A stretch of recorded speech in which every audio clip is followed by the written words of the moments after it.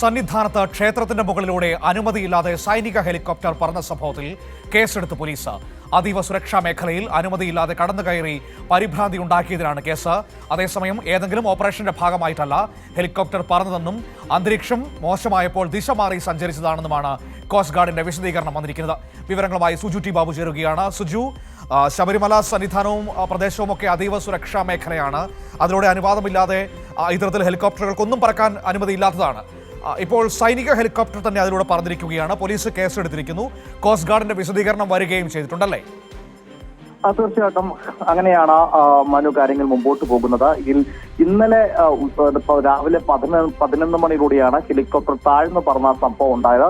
ഈ വിഷയത്തിൽ ആദ്യം ദേവസ്വം സ്പെഷ്യൽ കമ്മീഷണർ ആണ് ADGP ശ്രീജിത്തിനോട് റിപ്പോർട്ട് തേടിയിരിക്കുന്നത്. ഇതിൽ ഇപ്പോൾ 3 പ്രധാനപ്പെട്ട കാര്യങ്ങളാണ് തുടർന്നുണ്ടായിരിക്കുന്നത്.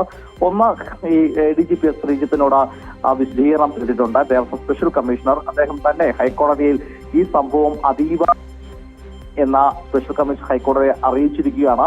മറ്റൊരു സംഭവം ഇതുമായി ബന്ധപ്പെട്ട് പോലീസ് കേസെടുത്ത് അന്വേഷണം ആരംഭിച്ചിരിക്കുകയാണ്. അക്കാര്യത്തിൽ ഈ അതീവ സുരക്ഷാ മേഖലയിൽ അനുമതിയില്ലാതെ കടന്നുകയറി പരിഭ്രാന്തി ഉണ്ടാക്കിയെന്ന കാരണം ചൂണ്ടിക്കാട്ടിക്കൊണ്ടാണ് പോലീസ് കേസെടുത്തിരിക്കുന്നത്. മറ്റൊരു പ്രധാനപ്പെട്ട കാര്യം, ഇതിൽ കോസ്റ്റ് ഗാർഡിന്റെ വിശദീകരണം വരികയും ചെയ്തു. അവർ പറയുന്നത് അന്തരീക്ഷം ഏകാവൃതമായപ്പോൾ താഴ്ന്നു പറഞ്ഞതാണ്, അല്ലാതെ മറ്റു ദുരുദ്ദേശങ്ങളോ കാര്യങ്ങളോ ഉണ്ടായിട്ടില്ല എന്നുമാണ് കോസ്റ്റ് ഗാർഡിന്റെ ഭാഗത്തുനിന്ന് വന്നിരിക്കുന്നത്. ഇതിനിടയിൽ ഈ ഹെലികോപ്റ്ററിൽ നിന്ന് ആരോ ഒരാൾ ദൃശ്യങ്ങൾ പകർത്തി എന്ന തരത്തിലുള്ള ചില വിവരങ്ങളൊക്കെ ഉണ്ടായിരുന്നല്ലോ, അതിൽ വസ്തുതയുണ്ടോ? അതാണ് പ്രധാനപ്പെട്ട മറ്റൊരു കാര്യം. ഇതിൽ കോസ്റ്റ് ഗാർഡ് ഹെലികോപ്റ്റർ ഉണ്ടായിരുന്ന ശ്രീകോവിൽ ഉൾപ്പെടെയുള്ള ചിത്രം പകർത്തിയായിട്ട് സംശയിക്കുന്നുണ്ട്. നമുക്ക് പുറത്തു വന്ന ദൃശ്യങ്ങളിലും അത്തരം സംശയം ജനിപ്പിക്കുന്ന ദൃശ്യങ്ങൾ തന്നെയാണ്, അല്ലെങ്കിൽ അത്തരം സംശയം തോന്നിപ്പിക്കുന്ന ദൃശ്യങ്ങൾ തന്നെയാണ് പുറത്തു വന്നിരിക്കുന്നത്.